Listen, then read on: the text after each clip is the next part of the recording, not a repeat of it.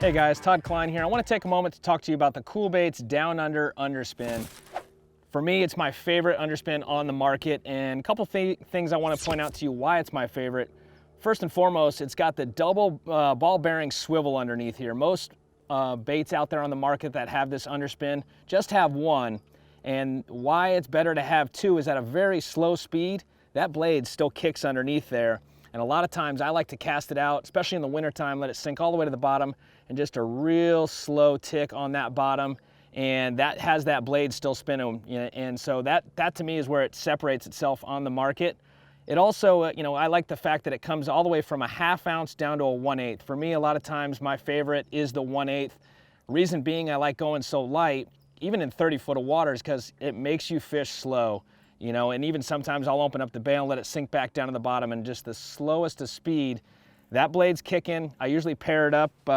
Actually, this is the particular bait I'm talking about right here. This is the 1/8 with a 2.8 Kitech on it, and I'll just slow wind that thing on the bottom. Largemouth, spots, smallmouth, they all love this bait right here.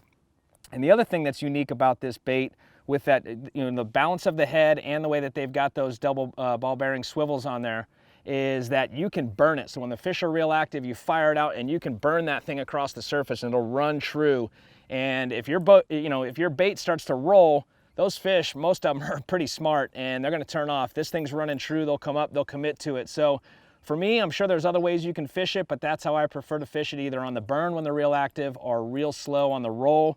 And new to the market is the weedless version, which is awesome because now you can throw this into the deepest of structure, whether it be grass and or sticks, and slow wind it or burn it, just like we talked about, through all that structure, and it's going to sit cleanly in there on that swim bait. So comes in various colors, comes in the chrome and the gold blade, and it also comes in various sizes.